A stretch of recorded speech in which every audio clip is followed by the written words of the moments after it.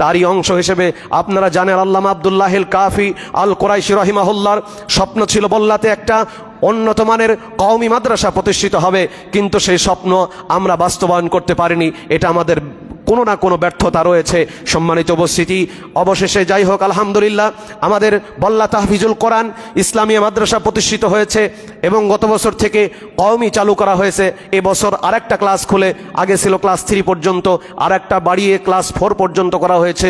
ক্রমান্বয়ে প্রতি বছর বাড়তেই থাকবে। এভাবে একদিন বল্লার বুকে একটা ঐতিহ্যবাহী কওমি মাদ্রাসা প্রতিষ্ঠিত হবে, যেই মাদ্রাসায় লেখাপড়া করে বল্লার সন্তানেরা এই মসজিদের মেম্বরে দাঁড়িয়ে কোরআন সুন্নাহর আলোকে একেবারে দীপ্ত কণ্ঠে খুতবা দান করবে, যা দেখে এলাকাবাসী সমাজবাসীর চক্ষু শীতল হয়ে যাবে।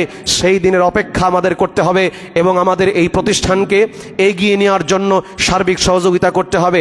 সম্মানিত উপস্থিতি, ভুল ত্রুটি মানুষের হয়, ভুল ধরে নিয়ে সেগুলো সমালোচনা করা বুদ্ধিমানের কাজ নয়। ভুলকে বাদ দিয়ে আমরা কিভাবে ভালো দিকটা গ্রহণ করে প্রতিষ্ঠানকে আরও সামনের দিকে এগিয়ে নিয়ে যেতে পারি, এটা আমাদের প্রত্যেকের নৈতিক দায়িত্ব। এ সমাজবাসীর কাছে উদাত্ত আহ্বান রইল।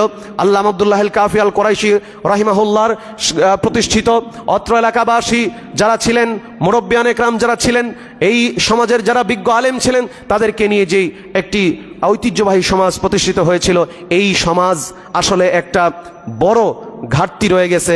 সেটা হলো কওমি মাদ্রাসা। বাংলাদেশে বল্লার চেয়ে ছোট ছোট সমাজ যারা মানুষের কাছে চেয়ে মাদ্রাসা পরিচালনা করে, সেখানে বড় বড় কওমি মাদ্রাসা হয়ে গেছে।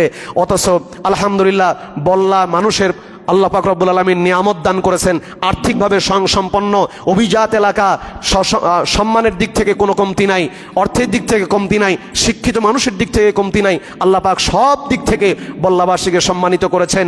কিন্তু একটা ঘাটতি রয়ে গেছে, এখানে একটা ইলমের মার্কাজ প্রতিষ্ঠিত হয়নি, একটা উন্নত মানের কওমি মাদ্রাসা হয়নি। আমার ভাইরা, বিস্তারিত বলার সময় নেই, আলোচনা শেষ করছি।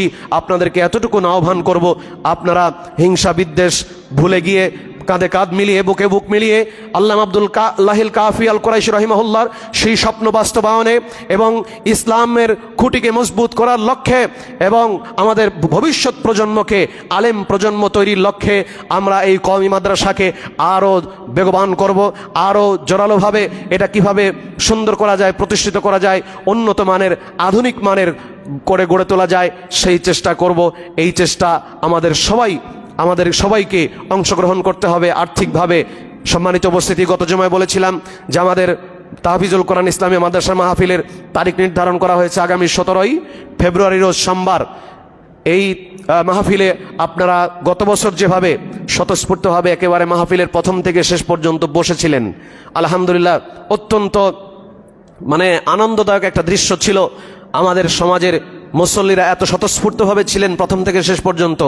এবারও আশা করব আপনারা ধারাবাহিকতা রক্ষা করবেন, দেশ বরেণ্য ওলামা একরাম আসবেন, বক্তব্য যাই হোক না কেন, কোরআন হাদিস থেকে যেই বক্তব্য দিক না কেন, এটা আল্লাহকে সন্তুষ্ট করার জন্য, আল্লাহকে খুশি করার জন্য আপনারা পুরো সময়টা মাহফিলের ময়দানে বসবেন এবং আর্থিকভাবে সহযোগিতা করার চেষ্টা করবেন। সেই সাথে প্রবাসী ভাইরা যারা আছে তাদেরকে দৃষ্টি আকর্ষণ করছি, যাদের ছেলে, যাদের বাবা বিদেশে আছে, তাদেরকে আপনারা মেহেরবানি করে দৃষ্টি আকর্ষণ করবেন এবং আমাদের এই পয়গাম, এই সংবাদ পৌঁছে দেবেন। বল্লা সমাজের কেন্দ্রীয় প্রতিষ্ঠান তাহফিজুল কোরআন ইসলামী ও কওমি মাদ্রাসার আগামী 17 তারিখে মাহফিল যেন সফল হয়। আল্লাহ রব্বুল আলামিন কবুল মঞ্জুর করুন, আল্লাহুম্মা আমিন।